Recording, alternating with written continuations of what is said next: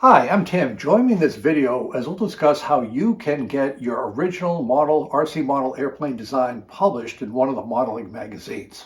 Let's get to it. Back in the old days, many modelers constructed their RC model airplanes from a set of plans. These are full-size plans. All the information needed to build a model, wood sizes, types, is on the plans. And with these plans, there's a wide range of models, RC model aircraft that you can be built. I have had published in the modeling press about 7 or 8 of these plans. My first one was back in July of 1998. And what I'd like to do in this video is discuss how you can go about getting one of your original designs published by conceiving the design, drawing up a set of plans, building it, flying it, then pitching it to the various RC model magazines for possible publication in their magazine. In the past, really up to about the year 2000 or so, the major model airplane magazines, as part of their business models, had full-size construction plans contained as part of the issue.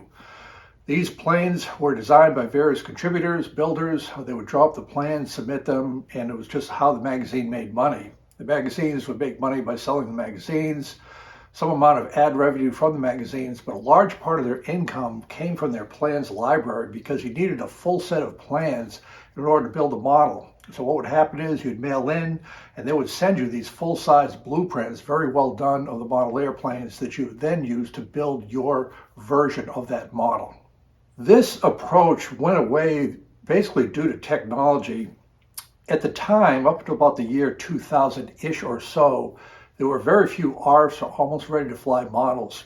There were some. A Linear RC comes to mind.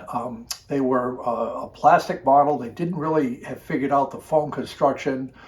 The computer design was in its infancy, and electric motors really weren't a thing yet because they were still using brushed motors with NiCad batteries, very heavy, not a lot of power, which meant all the ARFs had gas engines. Gas engines are a tough mix with an ARF just because of the vibration, the oil, and things like that. So once ARFs came onto the scene, in addition to technology that allowed people to take a picture or an image of the plane in the magazine and blow that up full size, less and less people were building from these construction articles, and the few that were could make their own plans or enlargements from what's in the magazine. This eventually led to the demise of the magazines, especially with the internet coming on, with the wealth of information, even videos. You're watching YouTube. The first YouTube video came out in 2005. And due to the ARFs, people just are building a lot less than they were before. There's just less of a demand for plans from RC modelers these days, even though it's a great source of original models, very well flying that you could build. Just not that many people are building from plans these days, as opposed to the past where virtually every modeler built their own RC model. You certainly can find full-scale plans, full-size plans for sale for various RC model aircraft. Just have to look around on the internet a little bit. Model Airplane News has their Air Age store where they sell full-size plans. Later on, I'll show you my pronto that I made from a set of these plans. But these are great plans. They are well drawn, professionally drawn. As I mentioned, they have all the information on the plans, wood sizes, types. With that full set of plans, you can build a construction sequence just from studying the plans. Just as an example of some of these plans, this is a set of plans for a RC model of the Cessna 140. It's always been a favorite of mine. I've not built this, but I did get the plans from my library. And you can see that the plans are very well done. They're full size. Everything's marked out. There's various isometric diagrams for how the parts go together. The plans are really a work of art with all the detail and information they have on them to build your particular RC model airplane. Also, there are websites that have a wealth of information on these older plans available for download. They're going to be downloaded the size of what you can print out on your printer, but it's quite easy to enlarge the plans at a FedEx store or other techniques, tiling with a PDF. And one example is the Outer Zone in the UK. Let's take a quick look at the Outer Zone website for the range of plans. This is the Outer Zone website. You can see there's various categories. We'll take a look at plans by designers. So there's a filter. I'll type in my name just to see the plan that we'll talk later of the Yankee Mike and RCM. There I am.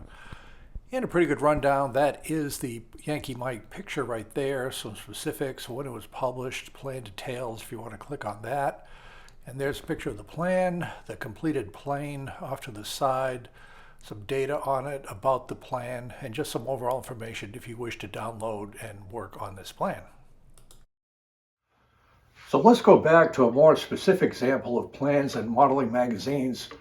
Without a doubt, the leading model magazine until it went out of business in about 2005 or so was RCM, or RC Modeler Magazine, published by Don Dewey out of California. It was the industry leader for magazines, came out monthly, and it was just a wealth of information on techniques, radios, building, sailplanes, scale, all sorts of stuff. It was just a very nice magazine. And each issue had between 2 and 3 construction articles on there, RC model plane plans, scale, sport, or just a wide range of models that you could build on yourself if you ordered the full-size plans. So what I did was, for the very first airplane I designed, it was the Yankee Mike. It was published in the July 1998 issue of RCM. It was an interesting process, and I'll just kind of summarize what I had to do. The first thing to do for any airplane design is to have something that inspires or guides you to build that particular airplane. The two things that happened with the Yankee Mike was at the time, electric flight was still a couple of years in the future. Electric models flew, but again with heavy, low-powered NICAD brushed electrical systems. So the answer for most, 95% of the flyers, was a gas engine, and the OS Max company had a 0.26 cubic inch 4-cycle engine. It was the smallest 4-cycle engine out there that I'm aware of.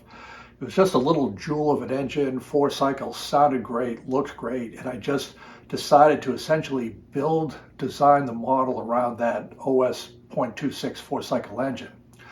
The other thing was, I always had by mind the Buell Pup. The Buell Pup was a single-engine sport flyer aircraft built in the 1930s, just a kind of cute design, mid-wing design, single cockpit, tail dragger. So I used the Buell Pup as kind of an inspiration to draw up the lines of the Yankee Mike and putting in the 0.26 engine to power the whole thing. So what I did was I sketched out the plans, and then I had to draw a detailed full-size set of plans on paper, pencil, rulers, French curves, etc. So it took some time, and I just had to kind of build the model as I'm drawing up the plans, making sure that I had the necessary top views, side views, and so forth, so the modeler could gain all the information needed to build the airplane from that plan. And then, of course, I had to build a sample model from the plans to make sure that it flew. I actually built 2 models, a prototype, just to see if the plane flew, and I did that with a 2-cycle 0.25, flew fine. Built a second one with the 2.6 4-cycle, that flew fine. Now it was time to put everything together and submit it to RC Modeler Magazine for publication. Now, I didn't know anybody at RC Modeler Magazine. I had read of the people, so I just put together a cover letter. Dick Technor, I believe is how you pronounce it, was the chief technical editor at the time. He was in charge of all the plans. Introduced myself, and in a mailing had the full-size set of hand-drawn plans for the airplane, a construction article, bill of materials, and pictures. This is way before digital photography, so just regular pictures taken with a camera, printed out on paper, and sent that all in. Well, if they liked what they saw, sent me back a letter saying would like to publish your design. And then to do the plans, again, these are very professionally done plans. What happened was RC Modeler at the time had a draftsman that with clear Mylar would trace over my plans and make them absolutely professionalized with the lettering, arrows, the whole 9 yards. After that draft plan was done, they mailed it back to me with red pencil where they thought there was an error in my plans, would make the necessary corrections. They were good to go. Then they published the model, the plan and construction article in the July 1998 RC Modeler Magazine. So again, we can see with the magazine, just the layout, all the information, the pictures, they did a very good job, and just hopefully someone would look at that and say, oh, I like that model, I'd like to build something like that, order the plans from the RC Plans library, and then go ahead and build it on their own.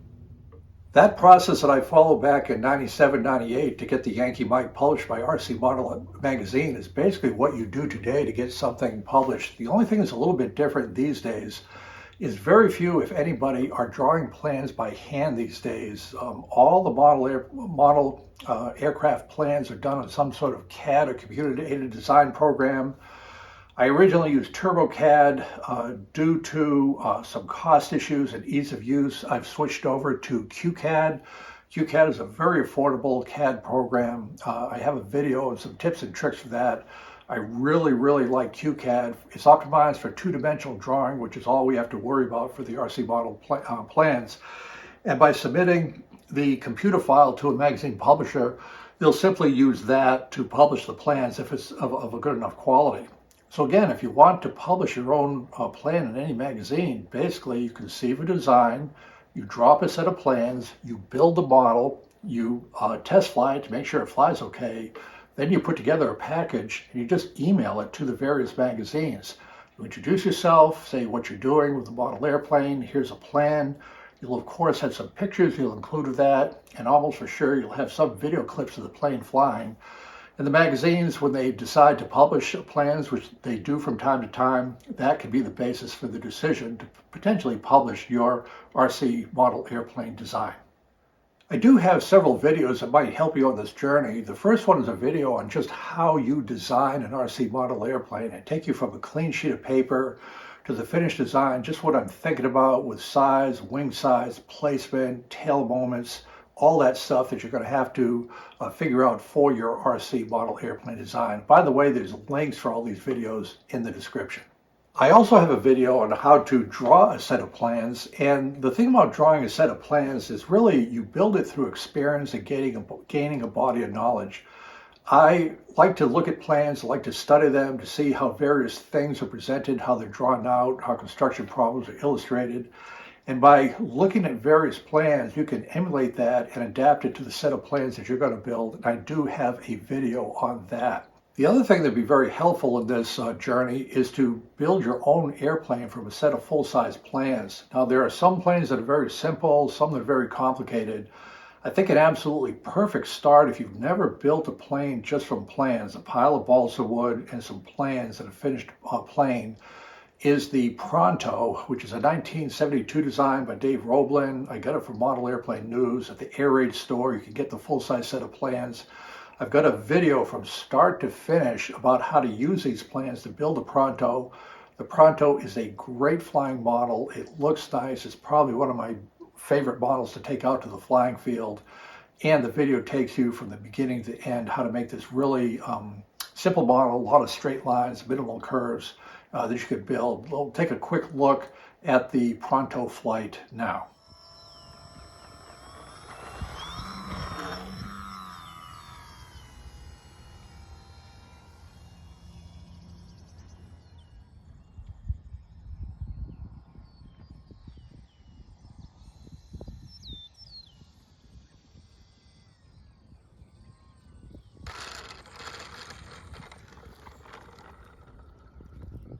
I'll show you quickly two other designs I have published. One is the Electro Aviator from the 2007 issue of Quiet and Electric Flight International magazine. It was a magazine focused on sailplanes and electric flight out of the UK. And the Electro Aviator was the first set of plans that I did that it was drawn by CAD, TurboCAD at the time.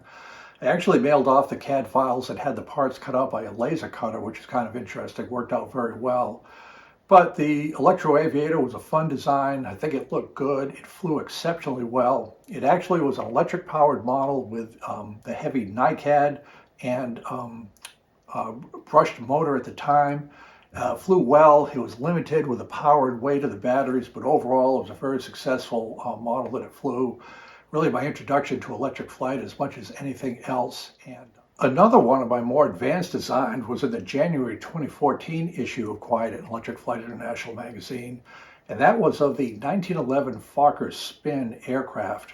Now, the Fokker Spin aircraft, spin is a Dutch word for a spider, was an aircraft designed by Anthony Fokker, the same Fokker that designed various World War I German fighter aircraft. And the spin, I just always thought was a fascinating airplane. And what's truly interesting was Anthony Fokker designed and built that when he was 21 years old and used it to teach himself how to fly. At the time, I was living in Chicago. We did a lot of indoor flying due to the winds and cold weather. And so in this case, I designed the airplane around the Park Zone Ultra Micro receivers. It was a 3-channel setup with a receiver, electronic speed control, 2 linear servos. And just through experience using this ultra micro equipment, the model, if it was under 3 ounces, would have enough power to fly. So that was kind of my design criteria for the model. A little bit of a complex design in terms of the wing, the sweep, the landing gear, the fuselage, but the model came out nicely. Again, submitted it to Quiet and Electric Flight International magazine. The model flew exceptionally well in our field house where we flew, and they did a great job presenting this spin with various pictures, construction notes, bill of materials, again, back in 2014, 10 years ago from when this is being filmed. So in conclusion, thank you for joining me in this video. Anybody could design an RC model airplane, and you may get it published in one of the magazines. Take a little bit of effort. You'll have to put it together. As I mentioned, draw up the plans, give a package to a publisher, and just see how things work out. It can be balsa, it can be foam board, it can be a range of various materials. And even though it seems like a lot of work and it's a challenge, I always think back to young Anthony Fokker. Just imagine in 1910, 1911, electricity was still a fairly new thing. He designed an airplane, he constructed an airplane, taught himself how to fly in that Fokker spin, and that just shows what you can do if you put your mind to do something of that nature. So again, best of luck to your efforts on that, and if you get it published in a magazine, it's a nice feeling of accomplishment. Thank you very much.